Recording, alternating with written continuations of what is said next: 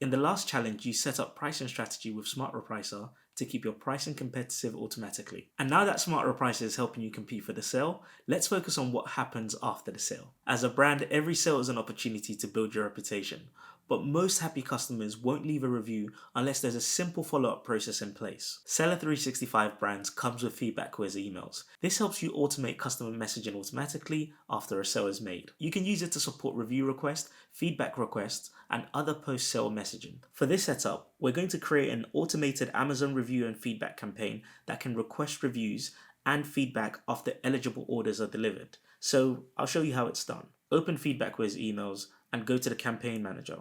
Click Create Amazon Review and Feedback Campaign. Once the campaign page opens, give your campaign a name. You can keep the name simple, like Post-Purchase Review Request Campaign. Next, you'll see the email template section.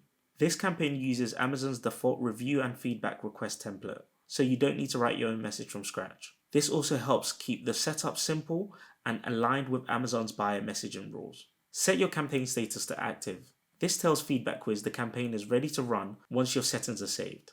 Choose the marketplace you want the campaign to target. You can also choose a label color to help keep your campaigns organized. Next, choose the order status you want to target. For this setup, choose Delivered so that the request can go out after the customer receives their order. Then choose your channel. You can target FBA orders, FBM orders, or both. If you want this campaign to apply all eligible orders, select both options.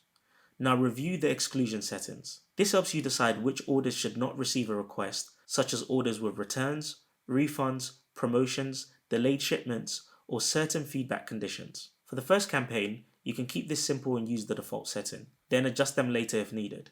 Next, set your schedule. FeedbackWhiz lets you choose when the request should go out after the order is delivered. We'd recommend you choose a timing of 5 to 30 days after the order has gone out so that the customer has time to receive the product before they get the message request. After that, choose your order matching rules.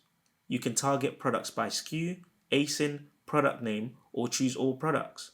Once everything looks good, click Review and Save. Your FeedbackWhiz emails campaign is now automatically set up to request reviews and feedback for eligible orders. Now that your post-purchase follow-up is working, the next step is protecting the listings you worked so hard to build. In the next challenge, we'll set up FeedbackWhiz alerts so you can monitor important listing changes and catch them before they affect your sales.